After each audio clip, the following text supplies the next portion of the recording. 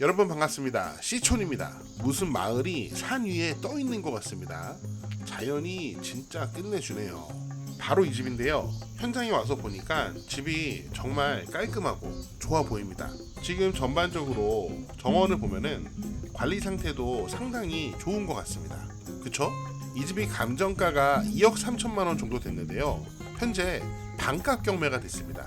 그래서 최저가 1억 1천만 원. 제 생각에는 이 가격이면은 정말 괜찮은 것 같아요. 동네하고 주변 환경이 아주 깔끔하고 좋은데 자연도 좋거든요. 현장 한번 살펴보고 경매 물건 입찰 시에 주의할 점이 어떤 것들이 있는지 꼼꼼하게 살펴보도록 하겠습니다. 자, 우선 여기가 어디냐면요. 여기는 강원도 횡성군 안흥면입니다. 여러분 안흥 찐빵 아시죠?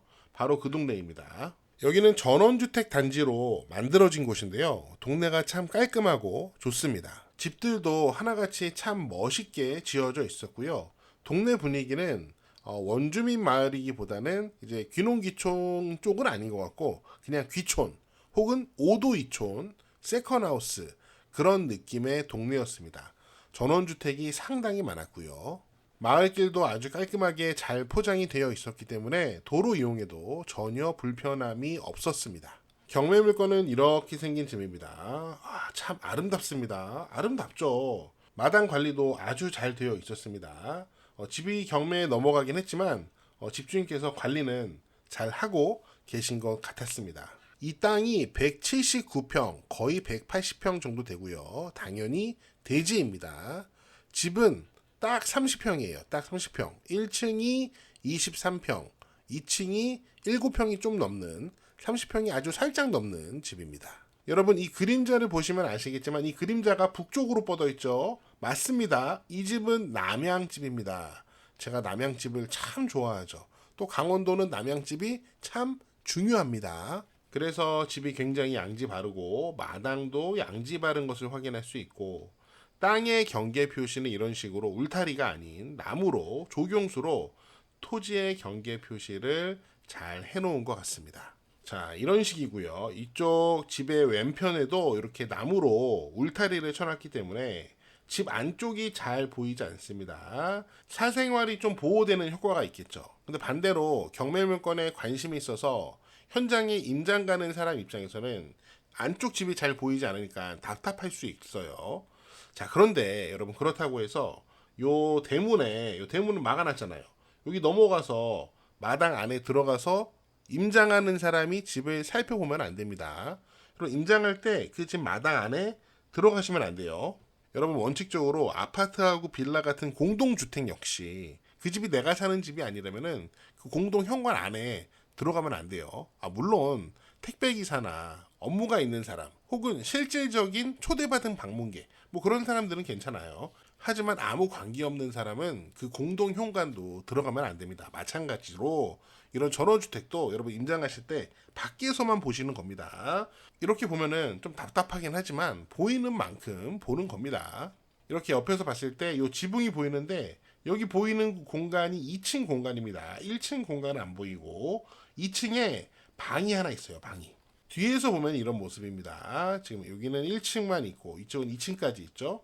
이 집이 2009년도에 지어진 목조주택인데 제가 보기에는 밖에서 봤을 때는 집의 상태가 괜찮아 보입니다.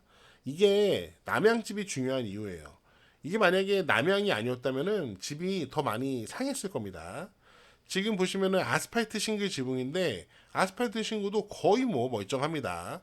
아스팔트 싱글의 수명을 보통 30년 보는데 지금 16년 쓴 거죠.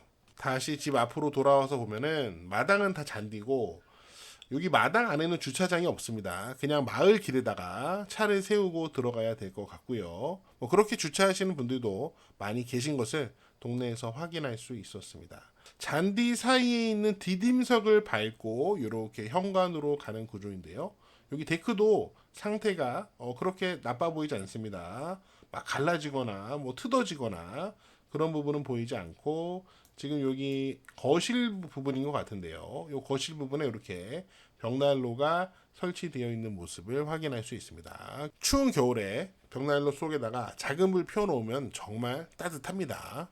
평면도를 좀 보겠습니다. 이게 1층이고요. 1층이 23평이라 그랬죠. 데크 공간이 이렇게 둘러서 굉장히 넓은 것을 확인할 수 있고, 현관 들어가자마자 우측에 거실, 요 앞에가 썬룸이네요. 거실이 있고 그다음에 주방이 이렇게 보입니다. 그다음에 2층으로 올라가는 계단이 이렇게 펼쳐져 있고요. 요 왼쪽에 침실, 뭐 반침, 뭐 욕실, 또 욕실 보이고요. 다용도실도 이렇게 주방 옆에 굉장히 크게 잘 만들어 놨네요. 이게 23평이고요. 2층으로 올라가 보겠습니다. 2층 이렇게 쭉 올라오면은 2층에는 이렇게 방만 하나, 덩그러니 7평짜리 방이 이렇게 하나 있습니다. 좋습니다. 저는 개인적으로 목조주택 2층에 화장실 없는 거 찬성입니다. 그런데 다만 조금 불편하죠. 밤에 여기서 자다가 화장실 가려면 1층 내려와야 되니까 이왕이면은 2층에서 주무실 분들은 요강이 필수라고 저는 봅니다. 우선 경매 개요 먼저 확인해 보도록 하겠습니다. 사건 번호 확인하시고요. 가격을 보시면은 원래 감정가가 2억 3,700만 원이었는데 현재 반값 경매로 진행되고 있습니다. 최저가는 1억 1,600만 원. 굉장히 제가 보기에는 괜찮은 가격인 것 같아요. 왜냐면은 동네가 기본 괜찮고 뭐 깔끔하기 때문에 들어와서 살기에 뭐 전혀 무리가 없는 집처럼 보입니다. 그리고 시골 아무리 시골이라고 해도 괜찮은 전원주택을 1억에 구한다. 뭐 그런 건 제가 보기에는 되게 쉬운 일은 아니거든요. 토지하고 건물 일괄 매각되고 있고 아까 살펴봤지만 토지는 179평, 건물은 30평 이렇게 되겠습니다. 임차인 권리 분석을 해보면요. 임차인은 없고 전부 소유자가 점유합니다 라고 쓰여 있습니다. 실제로 세대 열람을 보면은 소유자가 전입되어 있는 것을 확인할 수 있었고요. 임차인은 없는 것으로 보입니다. 다른 등기상의 권리들도 보겠습니다. 제 토지 등기부를 갖고 왔는데요. 말소 기준 권리 여기 2015년도 근저당권이 있고 그 다음에 나머지는 다 후순위 권리로 경매 과정을 통해서 모두 말소되고 낙찰자에게 인수가 되지 않는 조건입니다. 좋은 가격에 낙찰이 된다면 지금 채무자 겸 소유자도 이 채무 금액을 모두 털어버릴 수 있는 상황이 될 수 있을 것 같은데요. 경매물건의 권리적인 부분에 대해서는 입찰하실 분들이 걱정하실 게 별로 없는 것 같은데 나머지 주의사항들을 좀 더 살펴보도록 하겠습니다.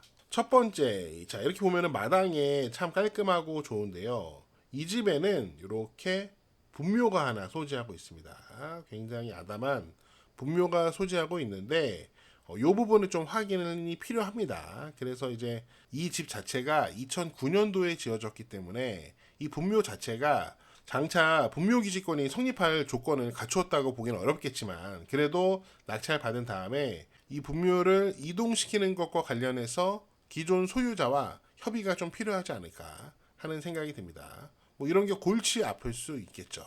그 다음 두 번째로 확인할 점을 생각해 보겠습니다. 여기 보시면은 전원주택이 엄청 많죠. 바로 이 집이 되겠습니다. 이 집이 경매 물건인데 정남향 집 참 좋죠. 두 번째 확인할 사항은 도로입니다. 도로. 국공유지 필터를 미쓰고 부동산에서 눌러보겠습니다. 그러면은 지금 요 마을길이 국공유지가 아닌 것을 확인할 수 있어요. 자, 그럼 이 도로를 클릭해 보겠습니다.